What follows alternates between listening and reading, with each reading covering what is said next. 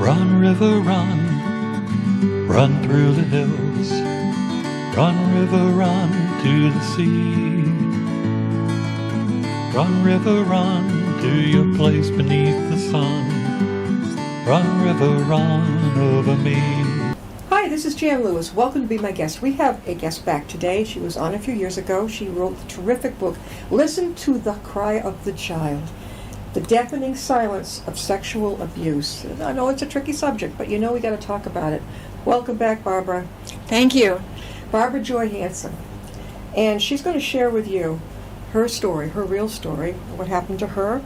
And she's going to tell you more about being on the radio. She's been all over the place getting the word out, which is terrific, especially nowadays. We never know what's coming on the news, do we, Barbara? Every single day. Barbara, so tell us from the beginning, what made you decide to write this?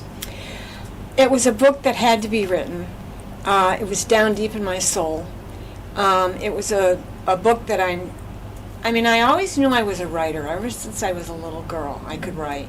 And I did well in English in school and some of the other subjects with the facts and figures. I didn't do well because when you suffer something like post-traumatic stress disorder with any kind of traumas, especially with sexual abuse or domestic violence, I went through rape, incest, clergy sex abuse, and various kinds of trauma.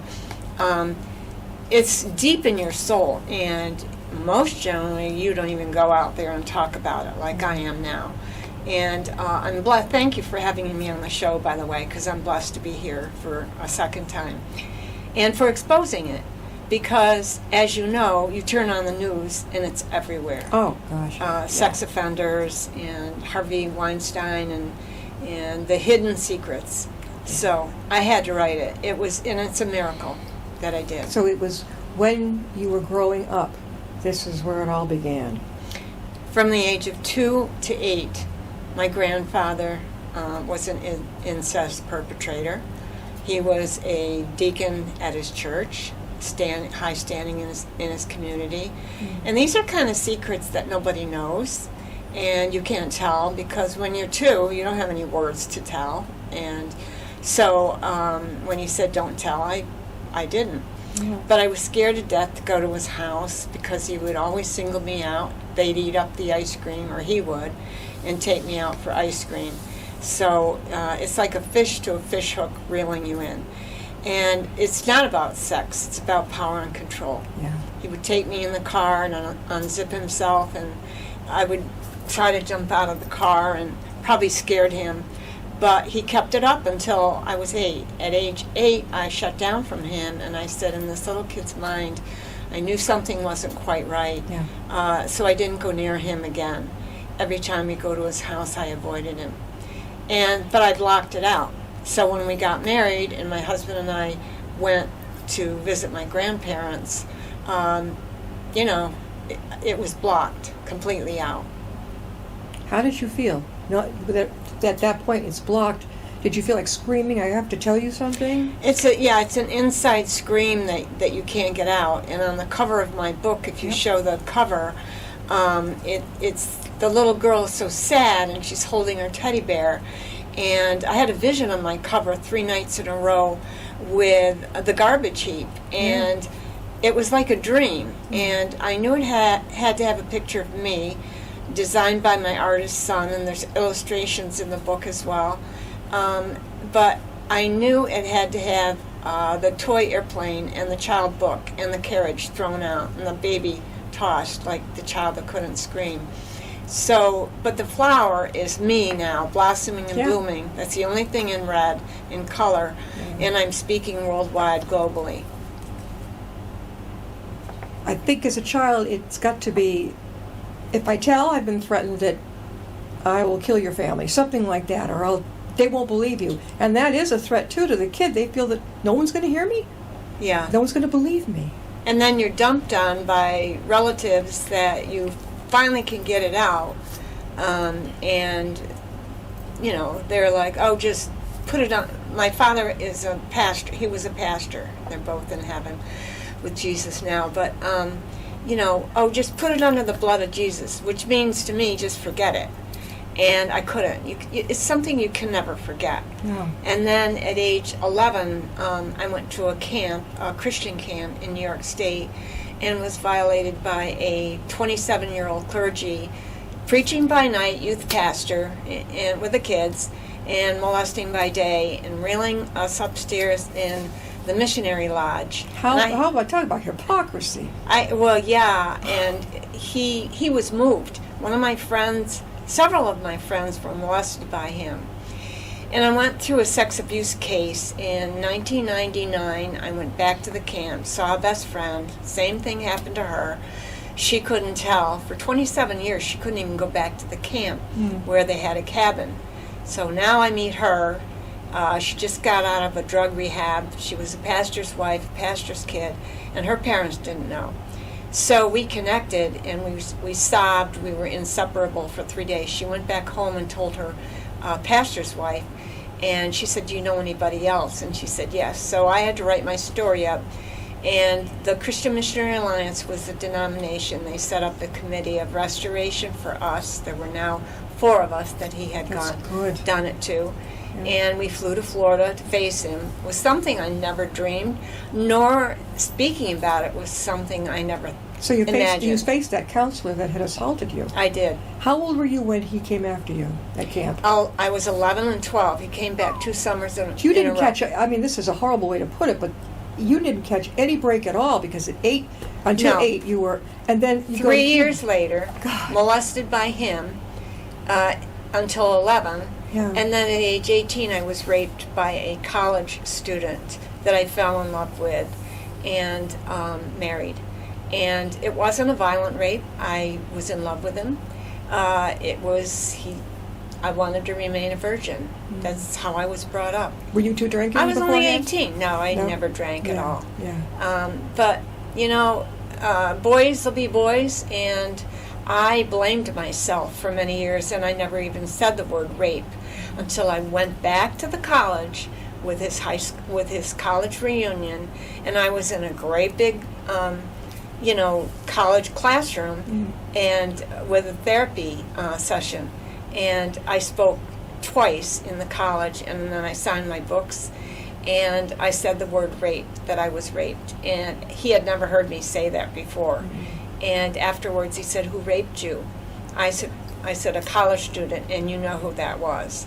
So now that I speak, men need to hear my story as well, because a lot of men have gone through sexual abuse. 1 out of 3 women, 1 out of 5 men. Every 2 minutes a child is molested.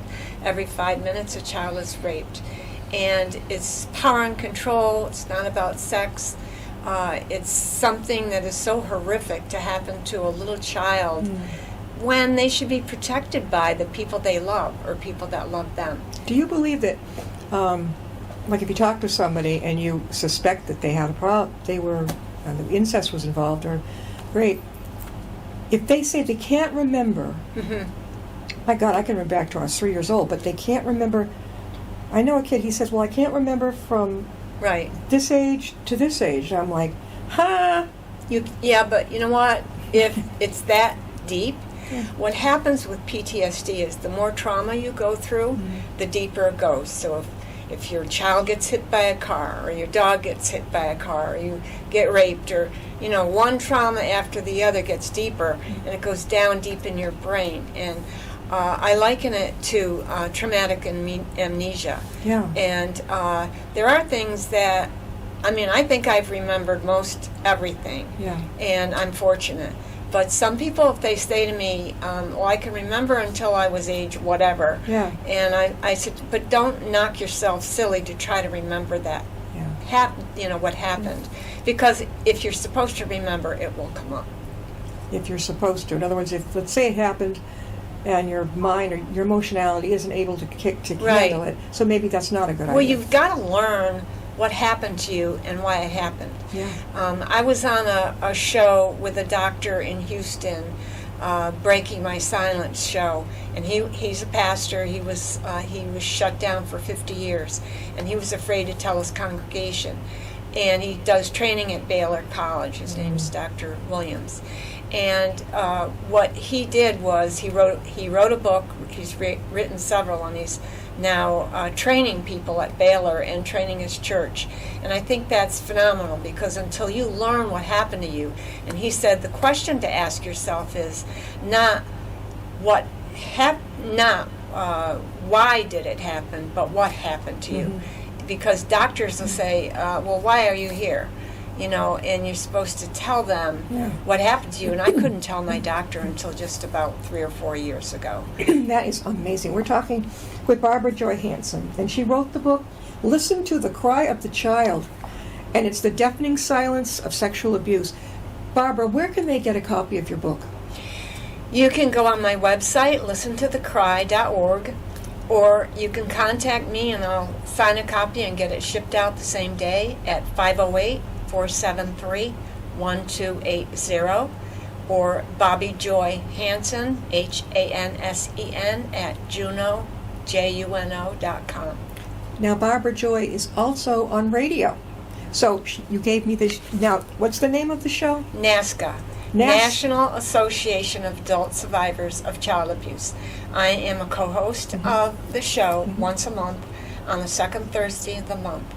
And you have the number towards the middle of the sheet on NASCA. And if they want to call in, they can contact me in an email, and I'll give them the phone number and the time.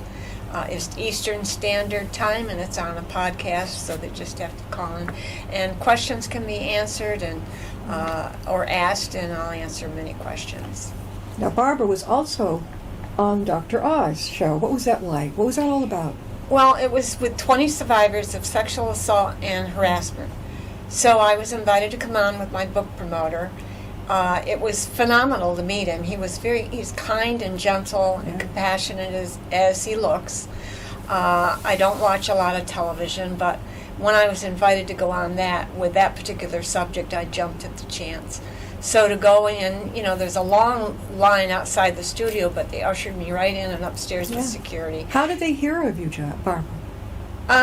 Well, I'm out there with Facebook, LinkedIn. I'm on Miracle Global. Got the card there with Dr. Miracle Lena Mind Clark. Global, yeah. Yes, and they do. She does a Mask Off Monday show. I've been on her show 2 or 3 times. I'm an ambassador of New England with her. I have been on the Miss Texas show twice. So people hear about me. I've had so many Zooms.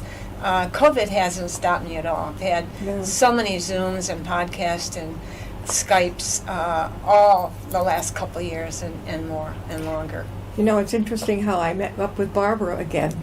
You were on the show probably before 2015. It must have been about that time we moved to our new studio. Could be. Yeah. And my husband and I were shopping down at Bellingham at Walmart, and I saw this lady sitting at a table. And you recognized me. I did, and I saw your book. Did you? I said, bingo, I remember Barbara. We got to talk. He said, come on the show again. Yeah, you did, and I appreciate it. Yeah, I was signing my books. I do fundraising. Yeah. So if you can get a copy of my book, that'll help me with my work and with sex trafficking. I just sent $1,500 to the Philippines to kids at the Father's House Orphanage, that many of them have gone through domestic violence and abuse and sex trafficking. I like the back of her. I love the way that they put everything. Freedom for prisoners of sexual abuse. Victims of abuse often conceal their pain as they carry their scars. Chained as prisoners of the past, many hide in secrecy, afraid of the consequences of revealing the horrors of childhood experiences. Now, a lot of the kids do this, but then a lot of them get into conduct disorder, and they act out when they become young adults and into young adulthood. And it's kind of hard to figure out, well, did that happen to that person? And they're not saying anything because they just, by the time they were 10, they were Looney Tunes. It's strange. Or they shove it and they forget it. It affected me physically. I didn't understand it until I was an adult and wrote my book, and I write in detail how it affected me. But I couldn't start my period. At age 16, my mother took me to the doctor, and still this issue didn't come up yet. I hadn't told, and so I had to get hormone shots to start my menstrual. And then when we got married, I couldn't conceive a child. My body literally shut down physically How old were and you when you got emotionally. married, Barbara? I was shy of 21. Okay. So you're really young. I yeah. was very young, Yeah. and naive and innocent, and fell in love early, and we're still married 56 years. That is great. So that's a miracle too. Yeah. That we're Did still Did together. any of your teachers pick up on anything? Ever take you aside? No, they called my father and blasted me because I couldn't understand things easily. Because when you're a survivor, like with maps going directions, I get confused. When you ask me, facts or figures, I can usually rattle those off. But in school, especially with math and history, I loved history and learning. But when it comes to taking tests, if you're listening to this show and you're a survivor, you don't test well. That's because of the abuse. You shut down. Why? How does that connect?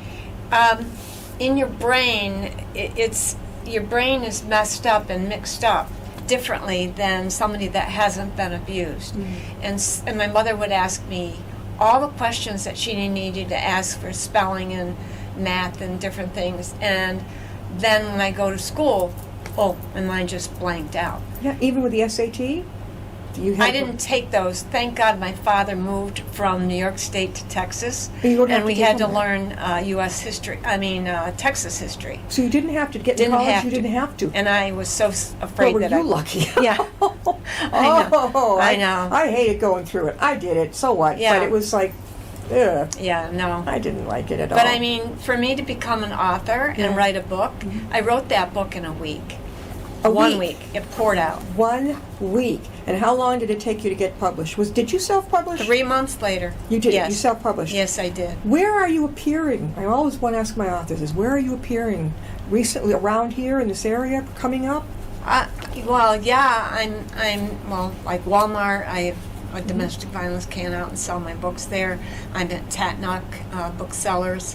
I am really, basically, my books go all over the world, especially with my radio show. Yeah. They've gone all the way to Australia and Scotland, and I've been in prisoner conferences, and I've won an award at IVAT, International Violence, Abuse, and Trauma Conference in San Diego, California. Right now, I'm not traveling. I'm doing a lot of media shows, which is great. So I'm getting the word out there, and I'm selling a lot of books. Have you been to the Women's Correctional Facilities in Framingham? Yeah, and I've also spoken to sex offenders at Bridgewater State Penitentiary. You've actually spoken with the... I go right in, yeah. 6 you years talk- I took a team in with my husband, and I got to tell you a funny story because they're all sex offenders for one reason or other, and pornography and those kind of things. And pornography came in prior to my husband's cheating on me in my marriage. Because his father committed suicide, those were his drug of choice, the sexual addictions, and covering it up. Even though we had a really good marriage, I was floored that would happen, like the rug pulled out. And men need to hear my story because a lot of them have pornography issues. You just go right on the internet and you can get it really quick. And it's very raw and it's very real. So, it's just, I'm just delighted that I can talk about these kind of things, and my husband's okay with it now. And he has healed, and I've helped him heal from the things from his past. When his father committed suicide, his brother, his sister, and he all differently went through, different things like the family. You raised in an alcoholic family, one hides, one speaks up, one, rats on the father, or one rescues or whatever. So addictions come in all forms. My addiction was codependency with drug addicts, with drug dealers. We were taking them out of prison, in and out of our house for an 8-year period. When you were growing up? No, when we were married. Really? Yes. How did your husband connect with these guys? How? We knew a couple in our church that had a son in prison. Oh. So they invited us to come in with them to meet an inmate that was one of his friends. And he was a drug dealer. He was he set up women with women. He was a prostitute, a male prostitute. Of course, you don't know that, and he didn't say that. When we went and met him in prison, he was all pumped up, built up, and he was a Christian, and we thought he'd get right out and be fine. But it's a revolving door. So when I speak to sex offenders, the funny story I wanted to tell you, when I was going to speak the first time I went into Bridgewater, I pulled the mirror down, I was putting lipstick on, I had my notes, and my husband said, put that away.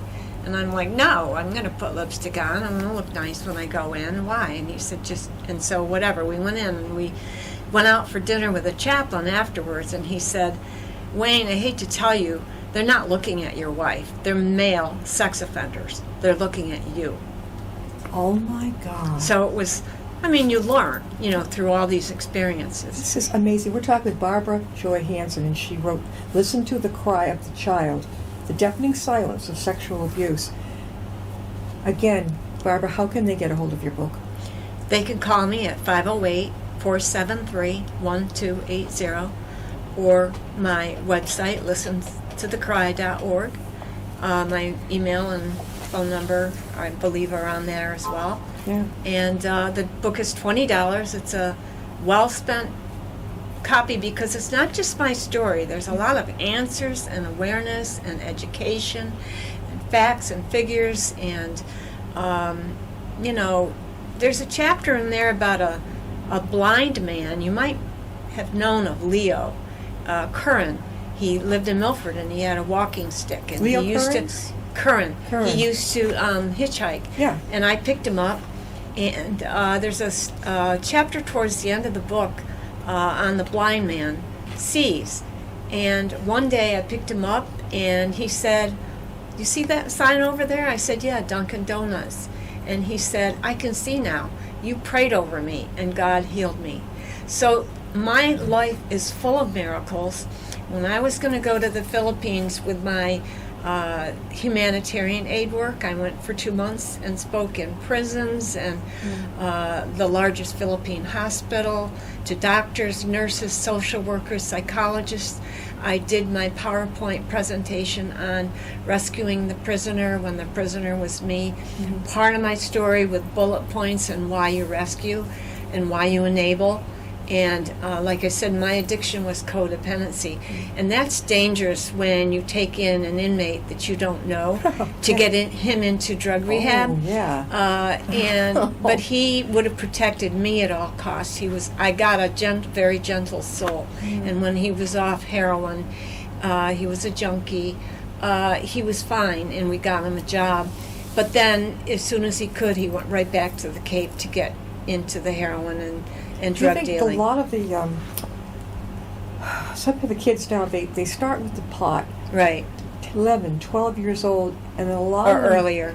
Yeah, and I'm not all, of course, but I'm just thinking, is that a way for them to cope and wipe out something they don't want to know? Maybe it's a relative who abused them, whatever. It could be, or it could be alcohol or drugs in the home.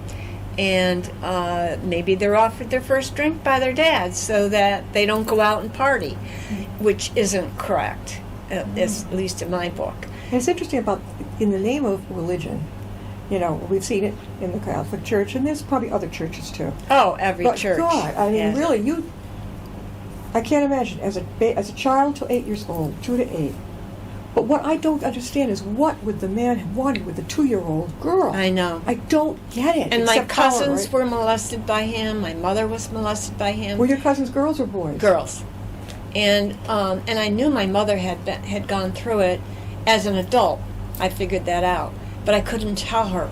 So I thought, my father being a clergy, I would tell him. So I told him 3 years before I faced the clergy in a sex abuse case in 1999. And 1 year before that, the same denomination went through sex abuse in Africa, in Mamu, Africa, academy, Alliance Academy. There were 40-some missionary kids that had been molested by teachers, and hands tied behind their back, their teeth pulled, and all kinds of abuse went on in the school. And then 1 year later, I come forward with my case. So they had the steps and process. They had a discipline committee for him. I was shocked that he was still alive. This was like 38 years later. And guess what happened to him? I chose to confront him, to face him, and forgive him when he said, I don't know if you can find it in your heart to forgive me. And I said, yes, I will forgive you, but you need to run into recovery. You need to find out why you did what you did to me and all these other kids, because you've hurt hundreds of kids. There's a statistics in Sports Illustrated, Coaches Abusing Children, 1999 issue. Sex offenders molest 150 to 350 children per perpetrator. My God, that's an awful lot. At what point did you feel, did it hit you like a ton of bricks? I don't know how else to put it. And you thought, I've got to say something. At what point in your life? When you wrote the book? Or? No, when I was going to face the clergy. When I went back to the camp and I saw my best friend and we brought him forward with our case. That was closure for me. That was a closure. For me, I didn't have to be his judge or jury. He will stand before God for all those kids someday and face, Barbara, did you say your son did the cover? Yes. How old is your son now? How old is he? He's in his 40s, and he teaches at Nipmunk High School art. And he's a phenomenal, gifted artist, and there's a lot of illustrations in my book as well. This is fantastic. Yeah, and the chapters are very easy to read, which is great. I'm one of those people that if something is too complicated, if there are too many, when you read a novel, you can't put it down. If there's too many, how do you put it? Too many characters. I got to go back to find out who was where. Right. This is fantastic. That picture of the prison. Yeah. That's me coming out. The bird flying free, out. That is fantastic. And you went over to Bridgewater. You actually did it. Yes, and I loved going in chapel to speak to the sex offenders. I had prayed with those that have preyed on children. And it's something that God taught me, that there's somebody's father, uncle, most of them have gone through abuse, and they go on to repeat it. They keep doing it. Yeah. Barbara, you're going to have a copy of Listen to the Cry of the Child. That's going to be downstairs in the Upton Library, the dedicated local authors hall. So you can go down there and borrow the book. And also, you could purchase it. And before we close, Barbara, one more time, how can they get this very precious book? They can order it from me. Call me at 508-473-1280 or Bobby Joy Hansen, Hansen, at juno.com. Your husband and your son must be so proud of you, really, for reaching out and sharing what you went through. And then hopefully it hits something in someone else's brain and heart, and they go, I've been there. Yes. And it's okay to bring it out. My mother was ecstatic when I wrote it. Oh, I bet. Is your mom still with you? No, she went to heaven, and then my dad.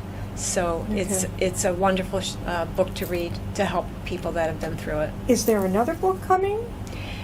I wanted to write Listen to the Cry of the Junkie, but it's too dark and it's too long. Too many years have passed. I thought I saw. But I talk about it. A workbook. I thought I'd seen a workbook. I teach a trauma group called Beauty Out of Ashes. Where do you teach that? Well, right now I'm doing the media, but they can get it from me. Pretty soon you'll go back to in person, maybe? Yes, I'd love to travel again. Go to the Philippines. Well, so good to see you again. Oh my gosh. Thank you. There are no coincidences, right? No. You were meant to come there. Thanks for coming on, Barbara. Thank Once again. you. God bless. Take care.